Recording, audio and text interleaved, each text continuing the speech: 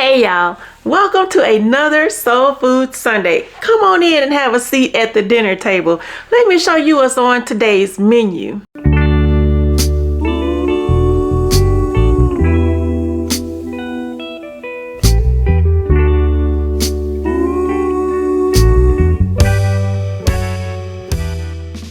Ooh, that does sound delicious, doesn't it? I am on week, is it 3 or 4? I think this is week 4 because we're at the end of the month of me not having to go to the grocery store.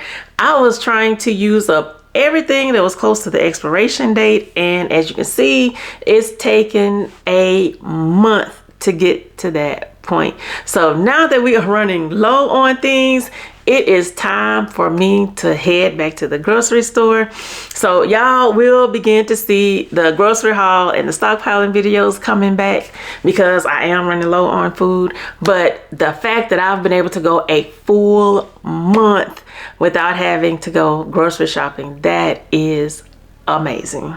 But yeah, let's get into this kitchen and get to cooking. Jordan is going to tell you how everything tastes during Jordan reviews. So yeah, I'm fixing to stop yapping and get to cooking.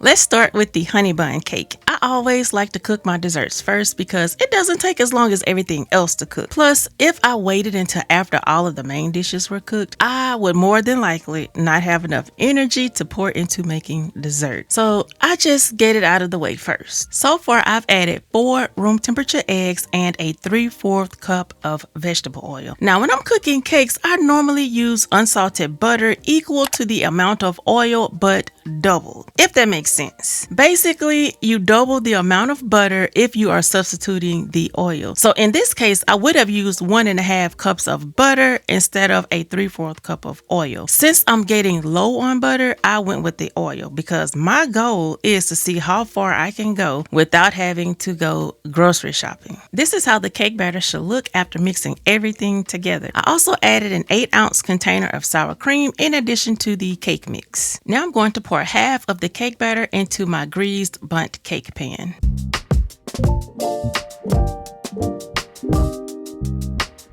This is the filling that's going in between the cake layers. I have a cup of brown sugar and a tablespoon of cinnamon. If you want, you can add chopped nuts to this, but since I have kids with nut allergies, I skipped the nuts. So you'll just sprinkle the brown sugar and cinnamon mixture all around the cake batter, making sure that you cover every inch. Now, when I make this cake, there's always a little bit of the brown sugar and cinnamon mixture left over, which is okay because my daughter makes this huge bag of kettle corn popcorn and she drizzles butter on it, and then she take the brown sugar and cinnamon mixture and sprinkle it onto the popcorn. Y'all, it is so good. I also use any leftover mixture to make snickerdoodles, so nothing in this house is wasted. We will find a way to repurpose it. So now I'm just adding the remaining cake batter to cover the brown sugar and cinnamon mixture. Once I get all of that covered, I'm going to give it a good shake, and then I'm going to take my spatula and smooth it out a little bit. The oven has already been preheated to 350 degrees, and I'm going to follow the instructions on the back of the cake mix box, and I'm going to bake the cake for 43 minutes.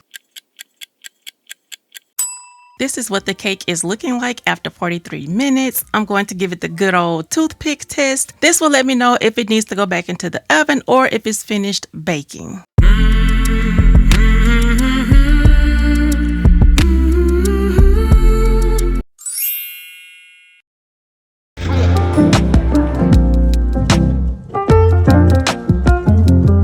Next up is oven fried chicken. Now, whenever I make chicken, I like to let it marinate. So here I'm whisking 2 eggs, and then I'm going to add buttermilk.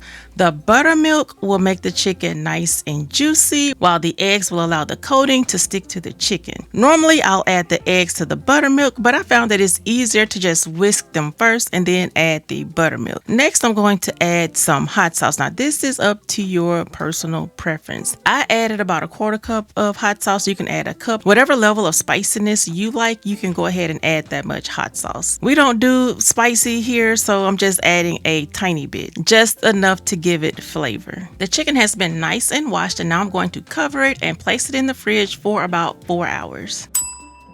After 4 hours, I rinsed the buttermilk mixture off and dried the chicken because I'm using this great value extra crispy oven fry mix, and the more wet your chicken is, the less it will stick to it. Now, one thing I forgot to add to the marinade was kosher salt, but you know what? That's okay. The chicken will still be nice and moist on the inside and extra crispy on the outside. So now I've poured the shake and bake mixture into the bag and I'm coating the chicken. I only had 1 box in my pantry and I really needed 2, y'all. I'm going to figure out how to make it work with 1 box. 2 boxes would have given me the chance to coat the chicken twice, making it even more crispy. But I'm just gonna make it do what it do with this 1 box. The first few pieces are going to be nice and coated, but as I do more, you'll see less and less of the oven fry mixture, and this is with using both packets that came with the box. Y'all, I really do need to invest in an air fryer. I'm sure these will be nice and crispy and the cooking time will be way less in an air fryer. If you have one, let me know down in the comment section which brand do you like, because I like to research before I buy anything and I need to see which air fryer will work best for all the things that I cook.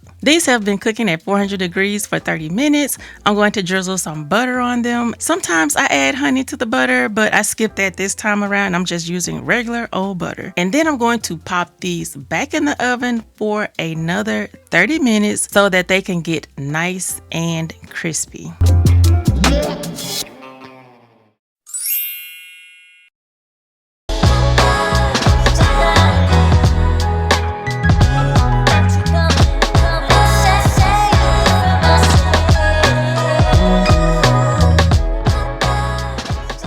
For this new mac and cheese recipe, the spices that I'll be using are 1 tablespoon of Creole seasoning, a 1/4 teaspoon of black pepper, and a teaspoon of onion powder. As far as the cheese goes, I'm shredding 8 ounces of Kobe Jack, 8 ounces of sharp cheddar, and I'll also be using smoked Gouda. Now that I've tried smoked Gouda, I cannot have mac and cheese without it. But I'm actually shredding cheese. Now, when I'm pressed for time, I'll use the pre-shredded cheese. I do know that it's going to take longer to melt because of that coating, but it will save me time in the long run. I think I went a little overboard when I bought ingredients for Christmas dinner, because that's why I haven't went grocery shopping in a while, because I'm trying to use up everything before it expires. So that's why y'all see me cooking and I haven't been to the store in about, well, this is week 3, or I think it's week 3 since I haven't had to go buy groceries. I'm trying to cook most of it up before I start back stockpiling again. I don't want anything to go bad, so that's why y'all haven't seen many stockpiling videos. I'm trying to use what I have before it expires. Now, those will be coming back soon because I am going to start building my stockpile again. Thankfully, I'm not having to start all the way over like I did back in September. At some point this week, I'm going to take inventory of what's left in my pantry, refrigerator, and freezer, and then I'm going to document everything on a spreadsheet so that I can start back rebuilding my stockpile. This is my cheese all shredded up. I'm going to set this aside while I start on my roux. I've cooked my pasta in chicken bouillon, and once I drain them, I'm going to stir some olive oil in so that they don't stick together while I'm making the roux. To start, I'm going to melt 3 tablespoons of butter. Now, I did see a recipe where they melted the butter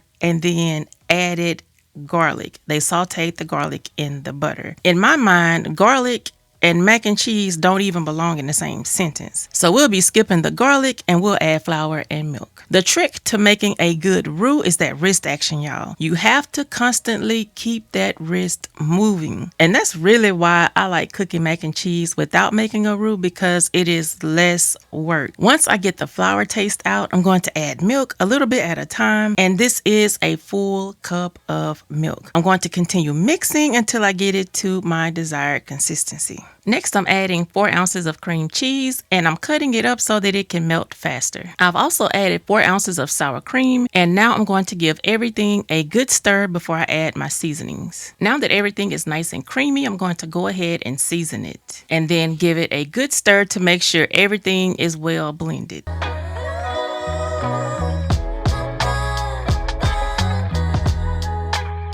I'm going to take my cheese that I shredded earlier and add a little bit to the mixture. This is really going to give it that cheesy flavor, y'all.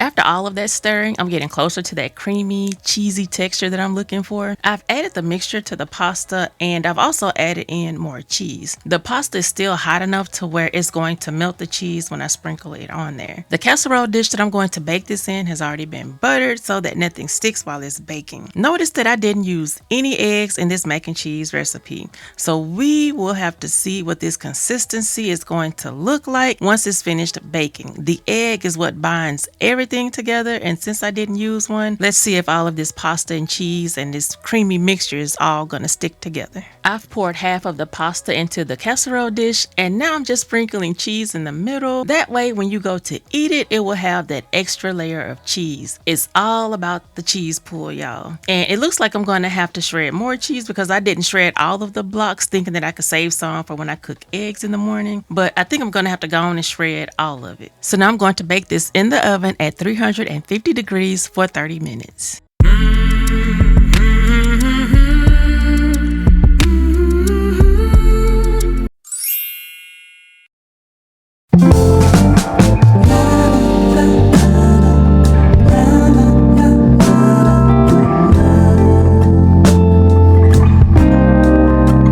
Next up is candied yams. I've made this a few times before. Not much has changed other than instead of doing them in the oven, I'm going to be cooking them on the stove. I'm trying to be efficient. I really could use 2 ovens, y'all. I would get way more done at one time instead of waiting around for something to finish cooking, because the foods that I cook don't cook at the same temperature. So 2 ovens would help a lot. Now, where would they live in my kitchen? I would probably have to lose cabinet space. That's the next obstacle that I need to figure out, like where would they live in the kitchen? I'm sure a contractor could help with all of that, but I need 2 ovens. The ingredients are pretty much similar to the ones that I use when I make candied yams in the oven. I use 1 cup of granulated sugar, and as you can see, I'm just pouring a little bit at a time and then stirring as I go. I also use 1 cup of brown sugar, a half teaspoon of nutmeg, 1 teaspoon of cinnamon, a 1/4 teaspoon of cloves, a 1/4 teaspoon of ground ginger, and 1 tablespoon of vanilla extract. I also add about 8 tablespoons of butter, and I just mix everything together. I'm just adding a little water because the sweet potatoes will make its own water while it's cooking.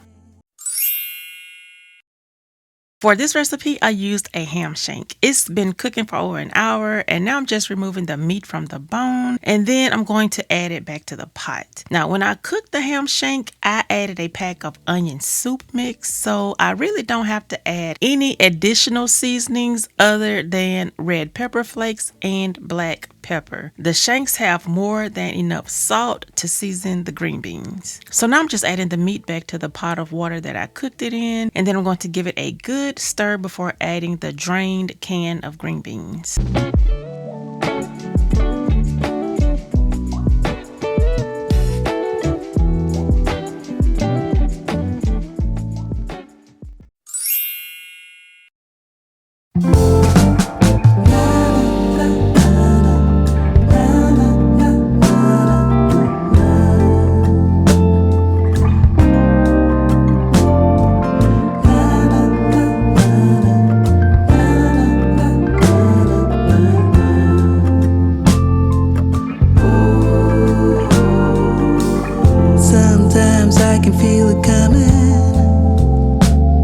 Like a moving tide. Yeah. I pack my things and start running, 'cause I can face it on my own. But when you're by my side, I feel stronger. No need to run, no need to hide with you. Hello viewers, welcome to another episode of Jordan's Reviews. And today, my mother cooked up a storm. From what I'm seeing from a glance, we got some green beans over there. Use the fork for emphasis to go and pick this plate up so y'all can see. Green beans right there with a little bit of steak. Is that? That is ham. I think it's like a ham shank. Ham shank. Okay, with a little bit of ham. Sweet potatoes. I love it, love it. My favorite, macaroni cheese. And this is a new recipe, so I don't know if you're gonna like this one, but we about to find out. It's mac and cheese. Love it, hate it, it's still getting eaten. And some nice, what do you call this chicken? It looks Oven pretty. fried chicken. Oven fried chicken. It does look pretty oven fried to perfection.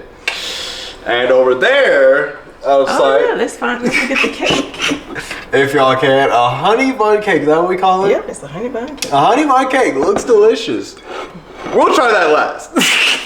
Because, you know, dessert, it just looks delicious. So, all that being said, let's figure out, I'm trying to figure out which way to attack this from. It looks delicious from all angles. I don't know what to try first. So, we're going to go healthy and go for the green beans with a little bit of ham. I want to get ham and green beans in the same way so I can kind of taste it both, see how it mixes. If my fork could, okay, there we go.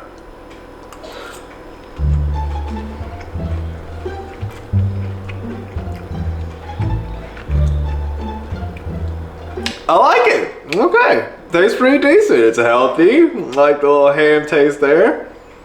We're gonna skip right over and go to sweet potatoes. Get a good number of those. Can we get a look at that? Get off of there, you know what? Okay. Okay, second bite.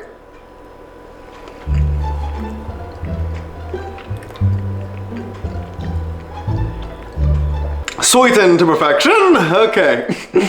Love it. Now, oven fried chicken. Okay, let's see here. I already know this is about to be good. And it has a slight crunch.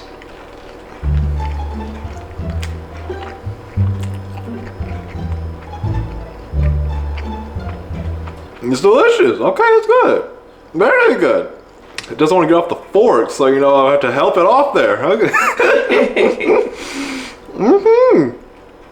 I see you, Mama. I see you. Season the chicken over here. Me, Walmart seasoned it. Walmart seasoned it? I use this oven fry mix that I bought from Walmart. It's called Great Value Oven Fry. It's good though. No, you ain't wrong. Now to try my favorite thing. Get off of there, you. My most favorite thing in the world, mac and cheese. I mean, I gotta go absolutely bonkers for mac and cheese, viewers. Let me tell you. Let's do If y'all know anything about Jordan, know he likes mac and cheese. So we about to call me a mac and cheese reviewer because I'm about to see how this tastes. It's all bundled, so we're just gonna take the entire thing with it.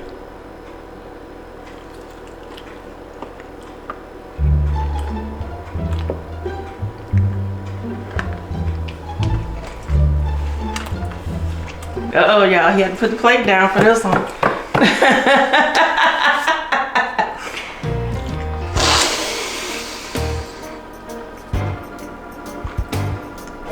I hear the angels singing. It's good!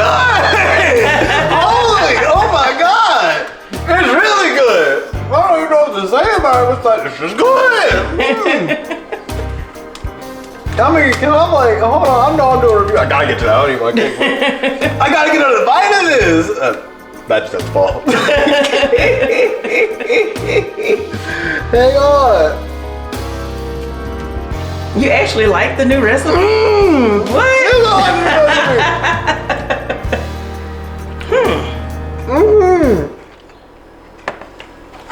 This might be the new mac and cheese recipe. Yeah. I was about to give a review. Hang on, I ain't even tried the dessert. Okay. That was dessert for me, but now dessert, we have the honey bun cake. Y'all saw it already, so I'm about to just take a small bite here.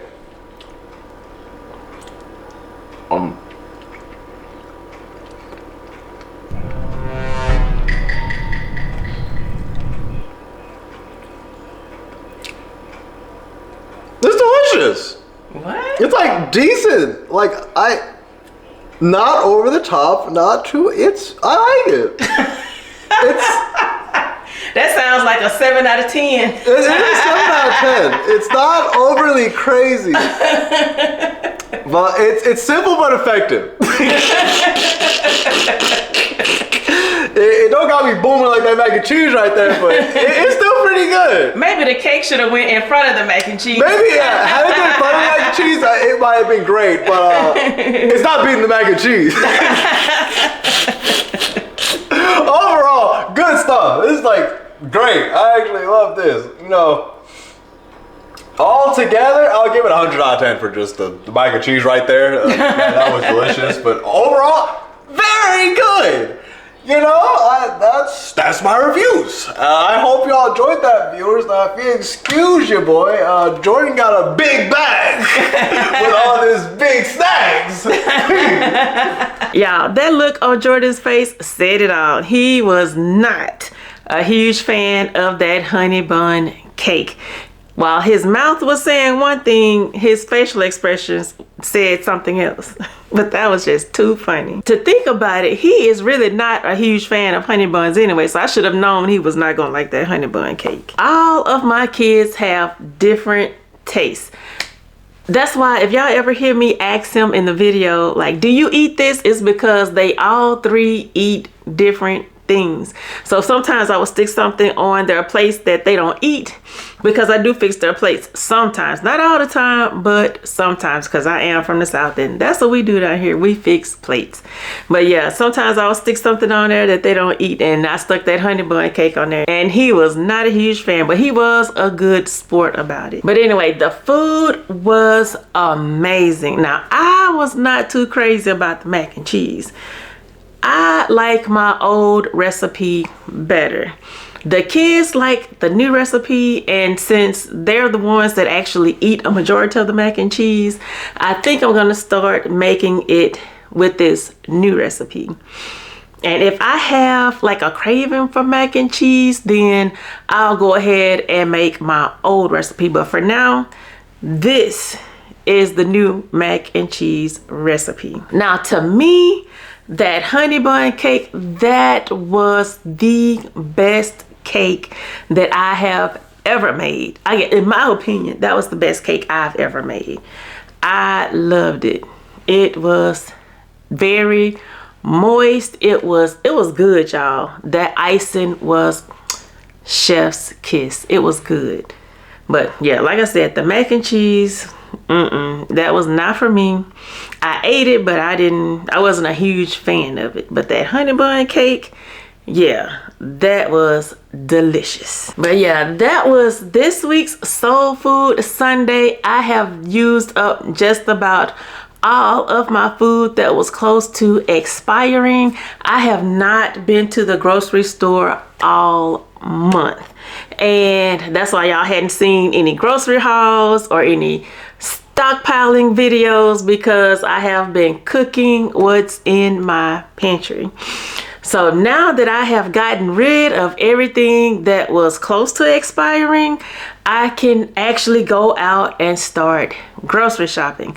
I can't believe I had enough eggs, I had enough butter, I had enough milk to get me through this month. And I just want to thank that person that left a comment that told me to go to Dollar Tree, was it a couple of months ago? Go to Dollar Tree and stockpile on the milk. And that milk came in handy, because that's what we've been using to cook things around here. And the only thing that I miss from grocery shopping is buying fresh fruits and vegetables. Now, we have not been buying fresh fruits and vegetables. I do have frozen fruits and vegetables, but not fresh. And I miss juicing. I juice every other day, y'all. And that's one thing that I missed from grocery shopping. So I guess you can low-key say I did a no-spend January, because I haven't been to the grocery store. But I guess if you think about it, I'm not like the type of person who likes to just go out and shop and buy things. I know when you're doing no spend months, groceries are not included because that's something that you actually need and that you cannot go without. So yeah, groceries are okay when you're doing a no spend, but I was just trying to see how far I could go without grocery shopping. But as far as like doing a no spend month, I think I do that all the time because I'm the type of person who does not go out and do all of this shopping. I don't go out and buy clothes, shoes, get my eyebrows threaded and get my nails done. That's not the type of person that I am. I guess I'm like extra frugal. I try to teach myself how to do all of these things. And so that's why I don't go out. But this year I did make a promise to myself that I was going to focus on self-care. And I guess I need to make small steps. How many of y'all heard of this book called Atomic Habits? I've been listening to the audio book, and it's like a 7-hour book, but I've been listening to about an hour, a day. I guess if you add it all together, it's about an hour a day. And one of the things that it mentions is when you want to make a change, you do it in small steps. So my thing is I want to incorporate more self-care because as a mom, since I've become a mom, I put my needs on the back burner. The kids come first, and I know they're teenagers now, and if you think about it, teenagers, their needs are way more expensive than toddlers.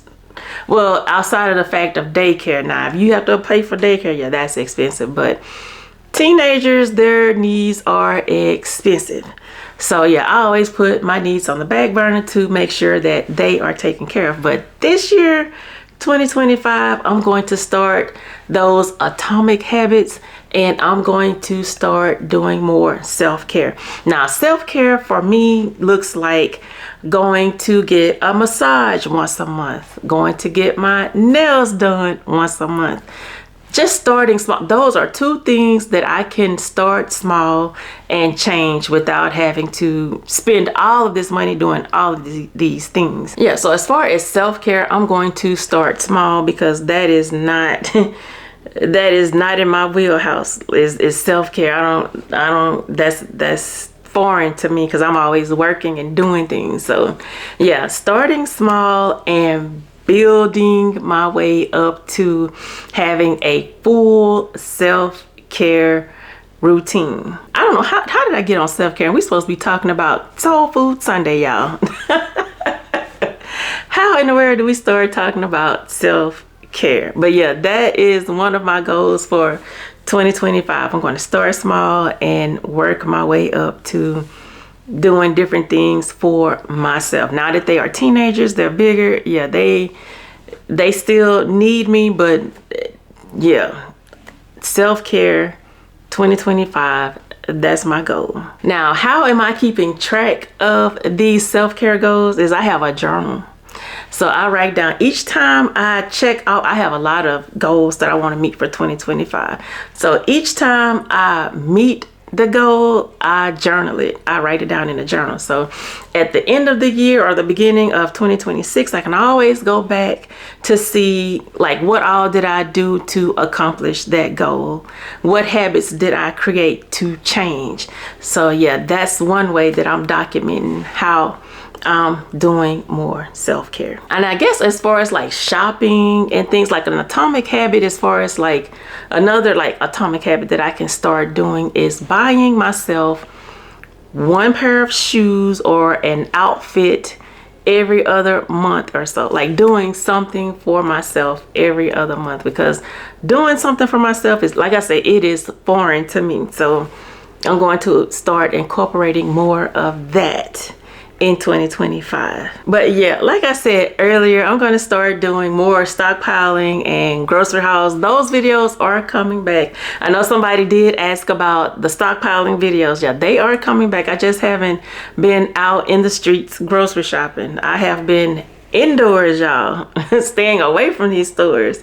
So yeah, you will see more grocery hauls. You'll see more stockpiling videos, and I'll still keep cooking and doing soul food Sundays. So you can expect to see that from me in the coming weeks. But yeah, I pray that you all have an amazing day, and family, we will chit chat in the next one. Talk to you later. Bye.